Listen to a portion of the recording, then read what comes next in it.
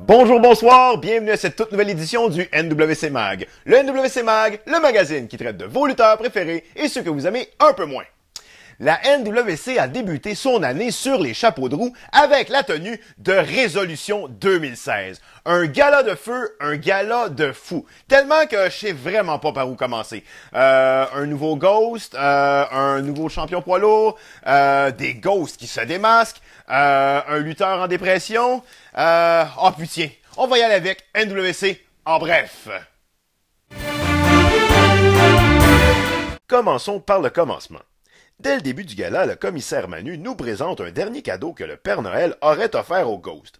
Il s'agit de la valise Money in the Ghost, l'objet qui leur donnera la chance d'obtenir leur revanche sur Nori, permettant à n'importe quel Ghost d'obtenir un match de championnat pour le titre poids lourd à n'importe quel moment. Le commissaire a ensuite invité Patrice Jésus-Lacroix à le rejoindre pour lui faire une proposition. Il lui propose la rédemption. Jésus devra faire face au chemin de croix, sa dernière chance de mettre la main sur Victor et tenter de reconquérir son titre. John Dundee a-t-il ouvert la saison de la chasse?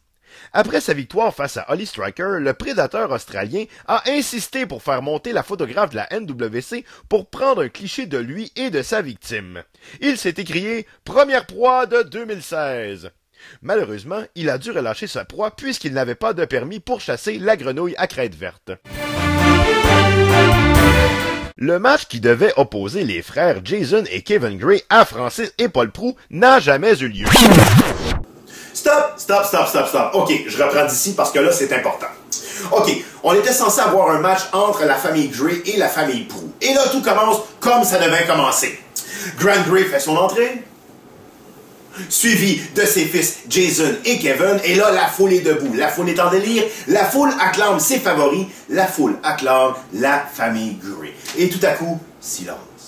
La noirceur, les stroboscopes, les sirènes et les Ghosts font leur entrée en scène, précédés de Francis et Paul, et suivis en arrière de Sierra, le général Sierra, qui soudainement enlève sa cagoule. Et qui se cachait sous la cagoule du général Sierra?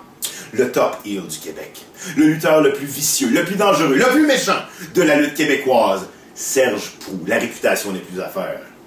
Et là, Serge, avec du feu dans les yeux, décide d'envoyer sa horde sur le ring. Et là, les Ghosts ont vraiment, littéralement, sacré la volée. C'est rare que j'utilise ces mots-là, mais ils ont vraiment, j'ai vraiment pas d'autres mots, sacré la volée à la famille Gray, à Kevin Gray, à Jason Gray, à Grant Gray. Ils sont même allés chercher Mélanie Jutras, la conjointe de Jason Gray, dans la foule. Et ça a été tout un carnage. Les Gray n'ont eu aucune chance. Et là, dans toute cette confusion-là, comme si c'était pas encore assez, Victor, en plein milieu du ring, lui aussi décide de retirer sa cagoule.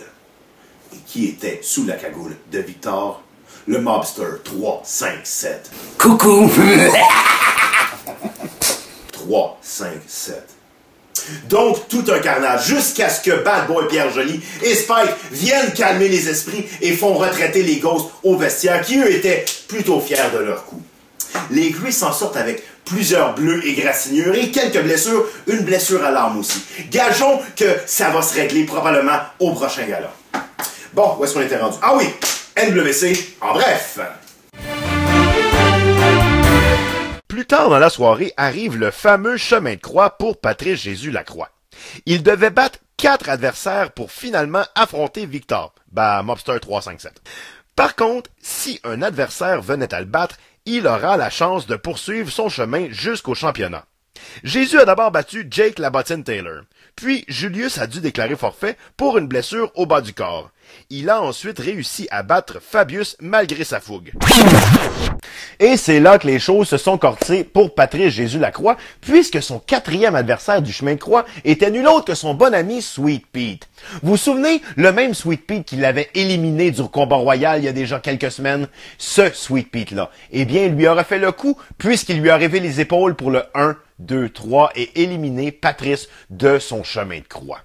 Et là, Patrice était débiné, démoralisé, à terre, quand il est retourné à l'arrière-scène, pendant que Sweet Pete lui continuait le chemin avec un match contre le Mobster 357.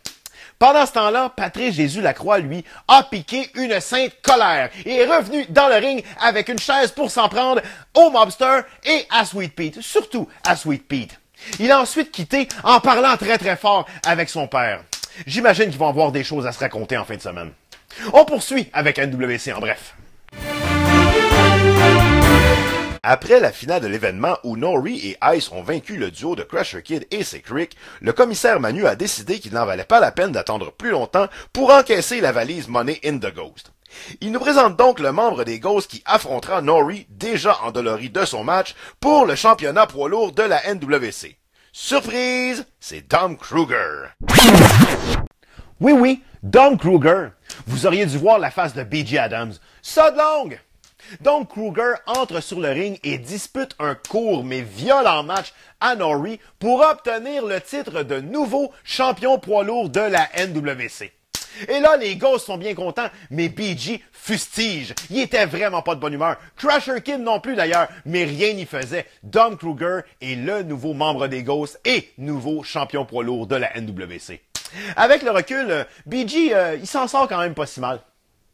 Les gars, je vous considérais comme mes fils. Là, je viens d'en perdre un. L'affaire, c'est que ce que Manu sait pas, c'est qu'il n'a pas choisi le meilleur. Hein? On a toujours un préféré? Ben, ça a toujours été Kid. Oh. Ouais, il s'en est vraiment passé beaucoup des choses à Résolution 2016. D'ailleurs, voici le coup dur de la semaine.